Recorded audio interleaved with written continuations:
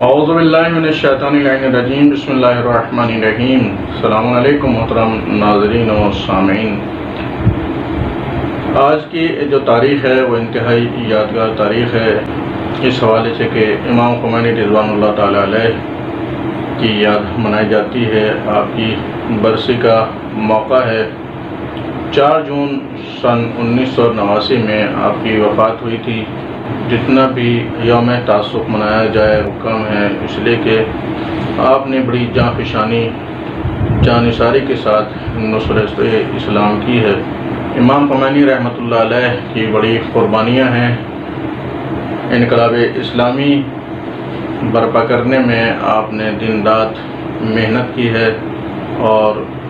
ایک منظم زندگی گزاری ہے، منظم انقلاب برپا کیا ہے، جس کے نتیجے میں 40 برس پہلے انقلاب رونما ہوا اور اس کے نتیجے میں ایک اسلامی حکومت ایران میں قائم ہوئی۔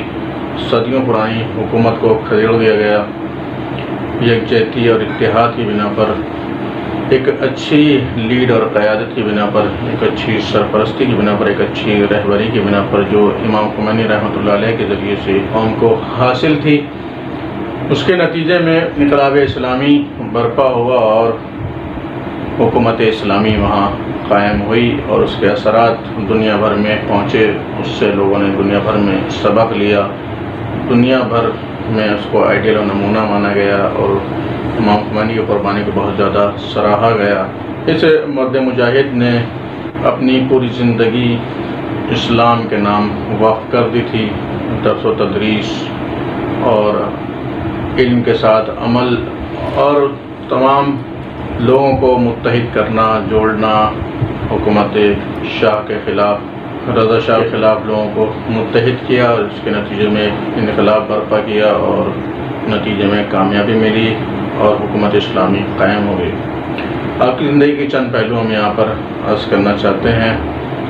وقت کی قدر و قیمت پر توجہ اور نظم و ترتیب آپ کی زندگی میں پایا جاتا تھا۔ امام خمینی نے اپنے دن اور رات کا پورا ٹائم ٹیبل بنایا ہوا تھا۔ ان کے کھانے پینے، سونے ٹہلنے، خبریں سننے اور فیملی کے ساتھ وقت گزارنے سے لے کر عبادتوں، ملاقاتوں وغیرہ تک کا سارا وقت معین تھا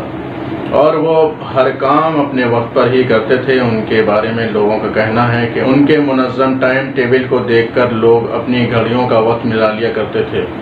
امام خمینی رحمۃ اللہ علیہ کا ماننا تھا کہ انسان کے اپنے کاموں میں نظم و ترتیب اور وقت کی پابندی ان کے فکر و خیال کو بھی منظم کر دیتی ہے، اور جب انسان کی سوچ منظم ہو جاتی ہے تو وہ انسان مکمل طور پر خدائی یعنی خدا کا سچا بندہ بننے کی راہ میں قدم بڑھا دیتا ہے۔ آپ کا اخلاق کے سلسلے میں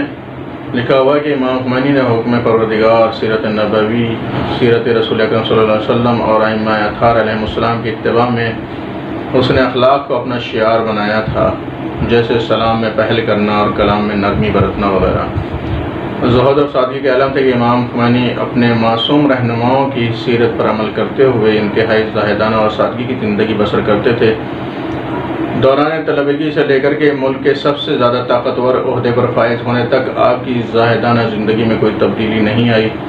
تہران کے محلے جمران کے ایک معمولی کرائے کے مکان میں زندگی بسر کر دینا آپ کی سادی اور زاہدانہ زندگی کی بہترین مثال ہے۔ اس کے علاوہ ہمیشہ فعال رہنا، پابندی سے ورزش کرنا، صفائی ستھرائی اور ظاہری سج دھج کا خیال رکھنا وغیرہ آپ کے اہم ترین فردی خصوصیات ہیں۔ سماجی و معنوی خصوصیات، صرف خدا کے لیے زندگی بسر کرنا۔ امام خمینی کی سب سے بڑی خصوصیت خدا محوری ہے۔ آپ نے اپنے معصوم رہنماؤں کی تعلیمات کی روشنی میں صرف رضا پروردگار کو اپنی زندگی کا مقصد بنایا تھا۔ وہ کبھی بھی مخلوق کی مرضی کو خدا کی رضا پر مقدم نہیں کرتے تھے۔ انقلاب اسلامی کے لیے اٹھنے والے سب سے پہلے قدم کے موقع پر ہی آپ نے قرآن مجید کی آیت کریمہ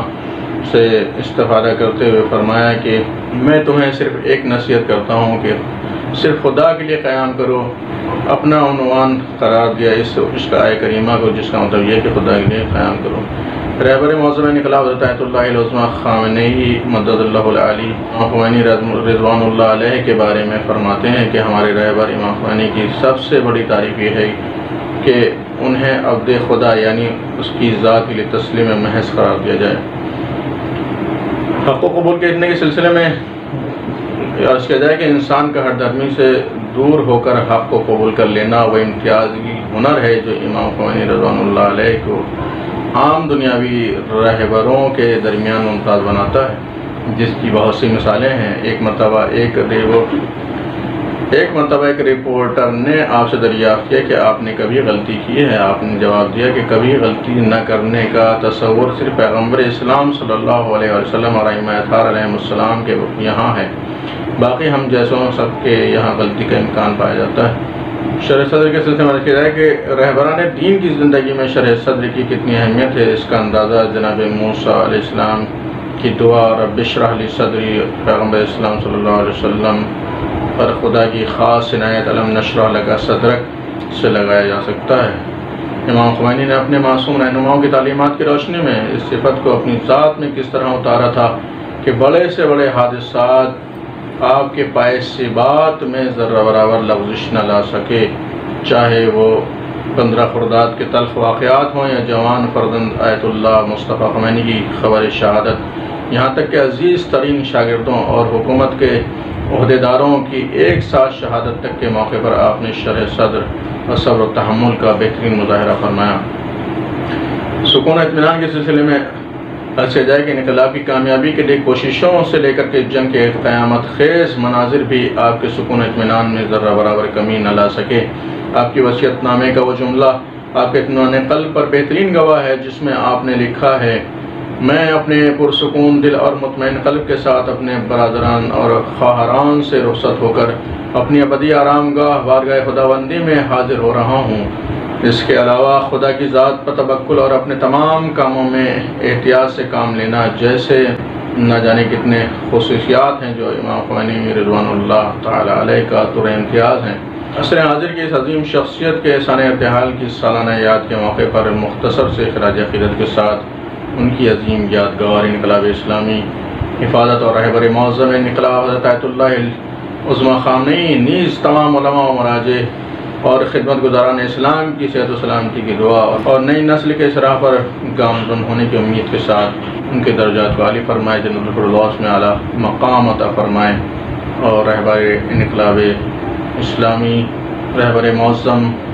حضرت آیت اللہ عظمیٰ خامنئی کی پروردگار حفاظت فرمائے۔ یہاں پر ہم آخر کلام میں چند شعر پیش کرتے ہیں جو والد محترم مولانا عبداللہ صاحب نے نظم کی صورت میں انقلاب اسلامی کے لیے تحریر فرمائے ہیں، جس کا مصرع تھا، دہریت اب کیا ہے ایک ٹوٹی کی زنجیر ہے۔ اس مصرع کے تحت چند بند ہم یہاں حاضر کر رہے ہیں، پوری نظم پیش کرنے کا موقع نہیں ہے۔ والد صاحب فرماتے کہ عہد حاضر کے لیے تو دل نشی پیغام ہے، بالیقین تو قوم ملت کے لیے انعام ہے، در حقیقت تجھ پہ نازاں ملت اسلام ہے، بکھرے شیرازے کو یکجا کرنا تیرا کام ہے، بکھرے شیرازے کو یکجا کرنا تیرا کام ہے، خیر ہی آغاز تیرا خیر ہی انجام ہے، وہ ہے تو جس کا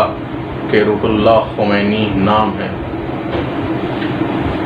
سختیاں تو نے اٹھائیں گردش ایام کی، اور 14 سال تو نے یوں ہی صبح و شام کی، اضطرابوں میں سمودی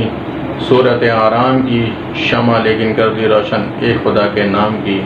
خیر ہی آغاز تیرا خیر ہی انجام ہے، وہ ہے تو جس کا کہ روح اللہ خمینی